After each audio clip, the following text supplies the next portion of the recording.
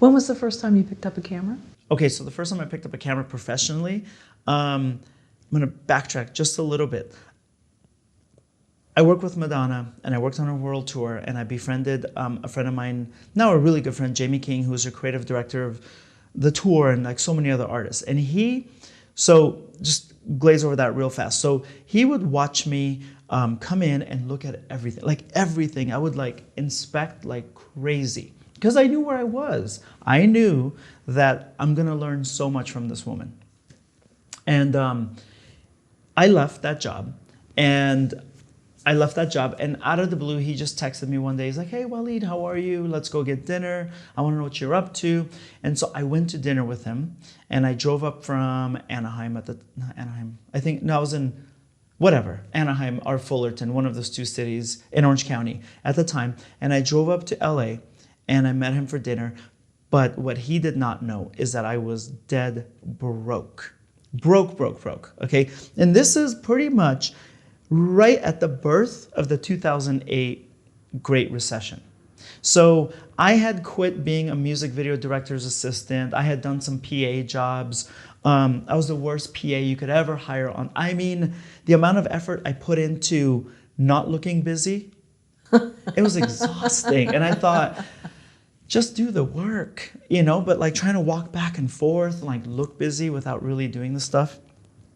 So Jamie had called me. He's like, "I want to know what you're up to." And he had a plan. So we went up and had dinner. And another friend, Dago, who's a very talented director, joined us also. And he asked me, "What are you doing?" Now, I'm broke at this time. I have a credit card, and I probably have like $300-400 in my savings. And that was it, because you don't get paid much as an assistant in Hollywood, And so, and I had quit that to try to do some behind the scenes video, like MTV's making the video. And I got 1 or 2 jobs, and then it just stopped. But I didn't know that the recession was born, And so I had stopped for everyone, but people hadn't been honest about it yet, that something happened overnight, right? And so I went to dinner with them, and they were asking me like, "So what are you doing?" And I would say, "Well, I want to," and he's like, "Shut up." And I thought, what? And I said, and I was so confused because I thought, hey, you're asking me what I'm doing or what I want to do, and I'm telling you, and you're telling me to shut up. And we did this a few times back and forth, and he said, "Don't talk again until you're actually doing it." Because trying is lying. And I don't know if he actually said trying is lying or if I picked that up somewhere else, but the meaning is the same. Trying is lying. So you're doing it or you're lying to yourself, but you're not lying to me. Right? And he was really rough with me. So he broke me that night, and he rebuilt me that night. And he gave me one of the best lessons I've ever learned in my life. I actually practiced it without really knowing what it was. And he gave me this thing I'm going to tell you right now. And he said, no matter what country you're from, no matter what faith you practice or you don't practice, gender, national, anything, doesn't matter what socioeconomic level. One of the first things that any human being learns, one of the first words is no. Because we are told no so many times. And he said it's not the hearing no that's bad. It's why we're telling people no. No, I don't want people to think you're a bad baby. I don't want people to think that I'm a bad mother. I don't want, be a good little girl and be quiet, right? Be a good boy. Don't show your emotions. Be tough. And so we are the only living creatures on this planet that teach our children to kill their instincts. And so we're sending people out there to conform, and you have to a certain extent, not to be a freak in society, right? But we're sending people out there, and we're taking away their greatest tool, that fight or flight, And so he said, if your instincts tell you to do something, go do it. I don't care if you think you're going to look like a fool. If your instincts tell you, don't get in this car right now, don't get in that car. Let everyone think you're crazy. But that is a direct phone call from you to God or Allah or energy or the universe or whatever you want to think is bigger than you.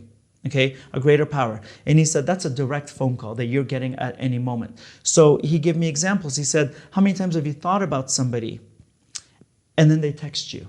And you're like, that's so weird. I was thinking about you. It's like, that's a connection. How many times has a mother been at work and she's like, something is wrong. Something is wrong with my baby. And they call the babysitter and like, yeah, there was a small accident.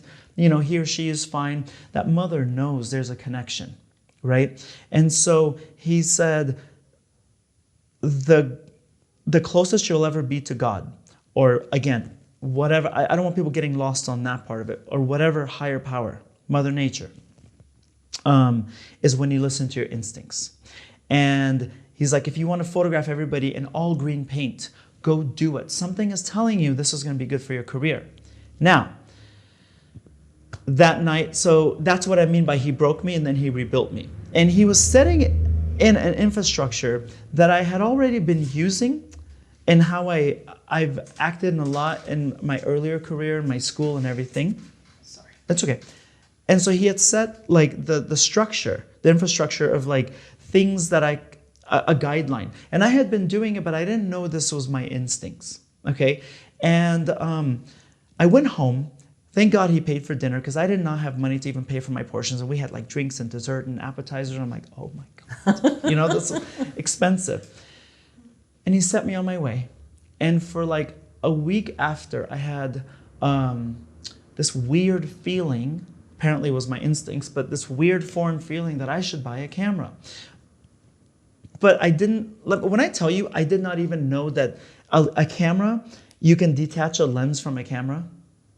Like a DSLR, I guess mirrorless now, whatever. I did not even know you could do that. I didn't know what an ISO was. I knew nothing about a camera. And so, but I had this feeling, go buy a camera. Jobs are not coming in. Rent is coming up. And I only have a few $100 and a credit card left. And I sat on it and I pushed it down. And it just kept persisting for, I want to say a week and a half or something like that. This feeling was there and it would not go away.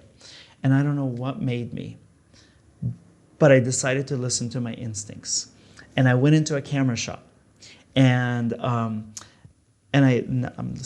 so naive, but I went in and I said, hi, hi, I have $2,000 on my credit card. And I said, I have $2,000 and I want to be a photographer. And he sold me like $1,998 and whatever. There was nothing else left in the store to buy, not even AA batteries, because it was like, they maxed out my card. And I bought a 40D, which is not even a real, it was like a prosumer camera. And it was a good camera, but I'm just saying it wasn't like, it was whatever. It was like a Rebel today or something. And I sat in my car and I remember the most nauseous feeling. And I thought, what did I do? Now I can't even get a cash advance on my last credit card because I maxed that sucker out. I went home and I was a mess. And what a dramatic person, but I was a mess, you know, and I thought, man, I don't even know how to turn this thing on. Like, no joke, I have no idea how to turn this thing.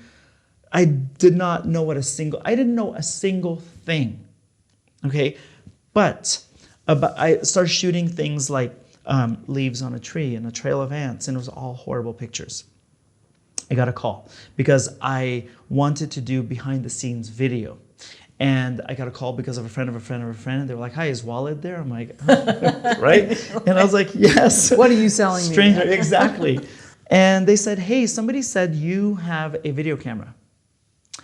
And at the time, it was like the mini DV tapes. So they were like, hey, I heard you have an HD camera.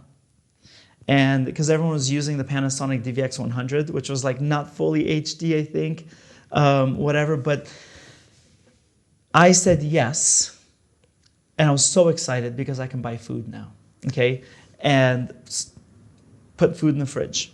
And they said, Usher needs somebody to come to the Kodak Theater right now. And I'm packing everything in a bag, throwing everything.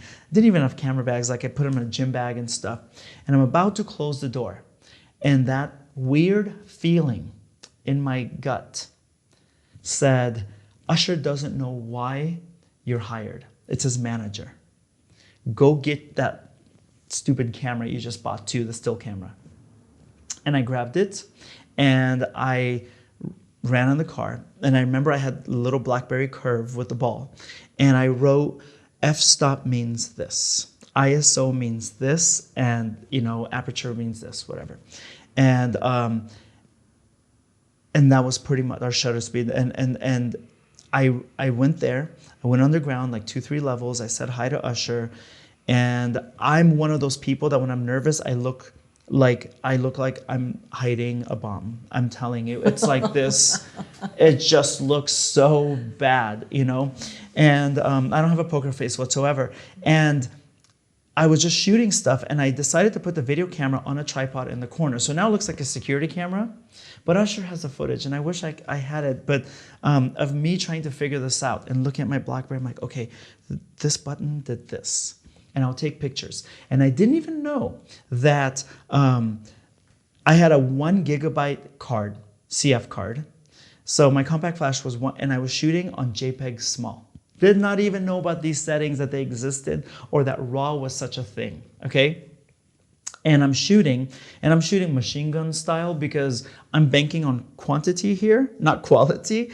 And pictures are like, because they had the neon tubes, pictures are coming out like all different colors, but it is not the color you want to see. And Usher's coming out blurry because I'm apparently on like not even at 40, I think it was I pretty much almost had the bold button, it was just dragging the shutter. Everything was blurry, and I'm ramping up the ISO as high as possible. I'm just hitting any button, okay? And Usher looks at me and says, "What f-stop are you using?" And when I tell you I have mastered how to die on the inside and keep a calm face, I think I'm keeping a calm face. That gut feeling said, walk away. I was on autopilot. I don't think that was Walid that day, okay? I was on autopilot. That gut feeling said, walk away. And I remember it was instant, and it said, it's better that he thinks you're a crazy artist than someone who has no idea, which was the truth, okay? And actually now I think both are true, but I went upstairs.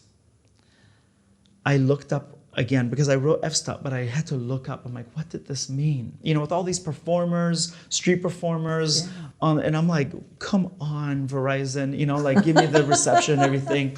And I went back down in case he asked me, and I wrote it down, because I'd be like, f-stop is this. I'm like, I am using 5.6, but he didn't ask me again, and I just kept shooting.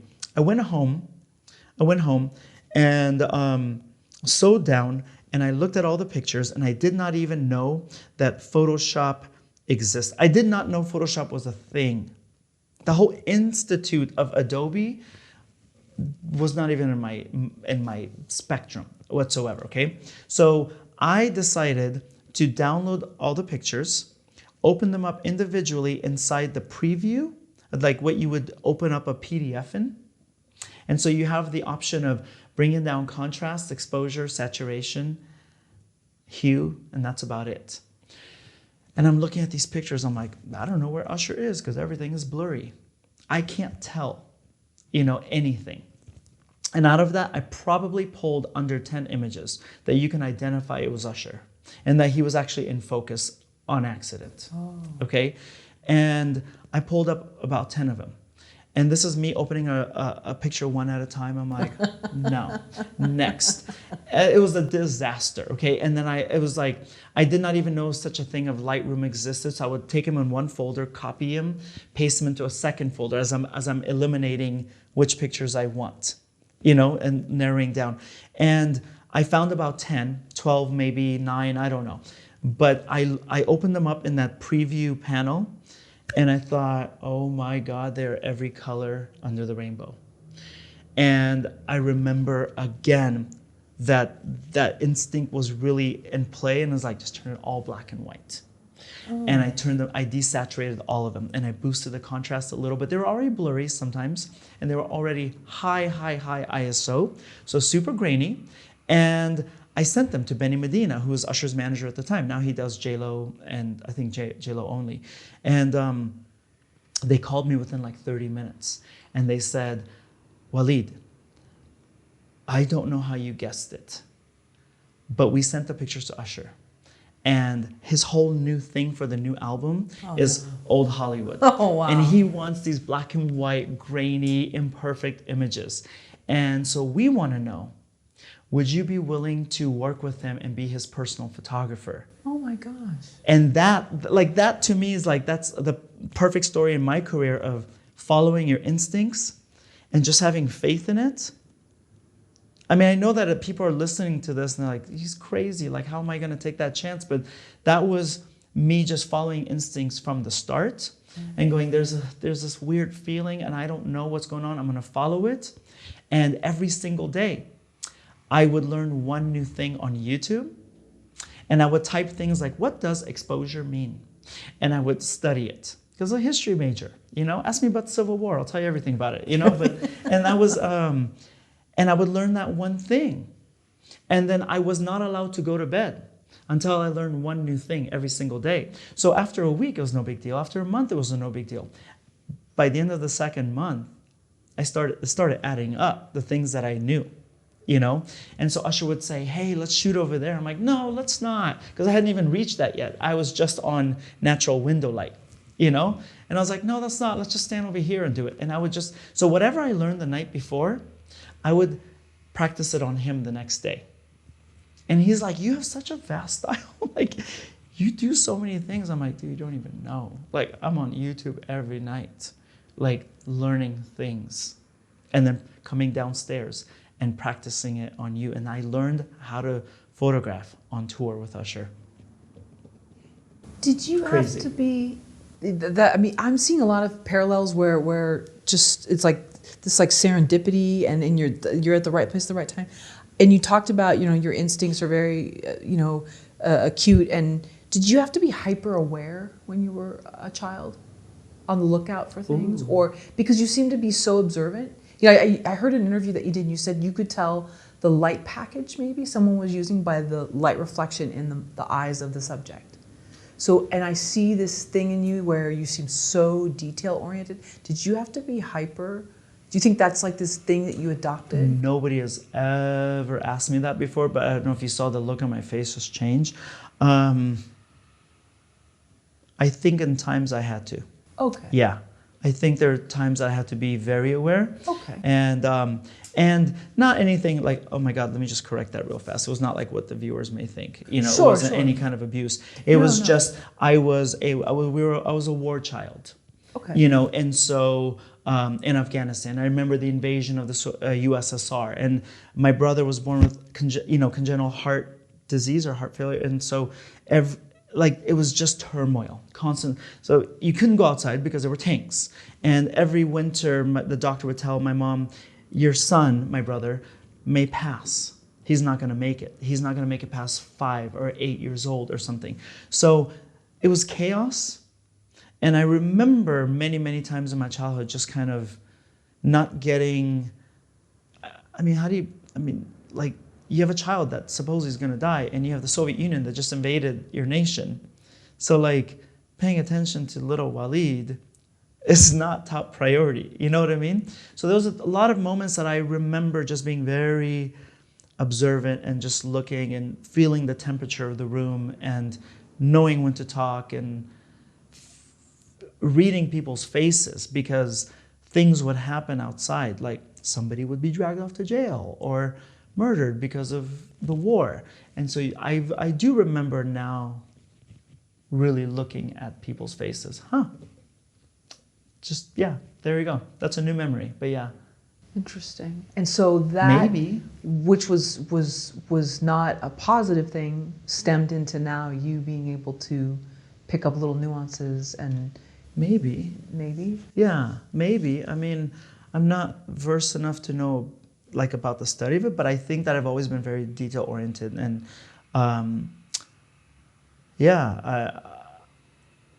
I've mastered kind of being a fly on the wall, and I guess it just came naturally because just growing up that way.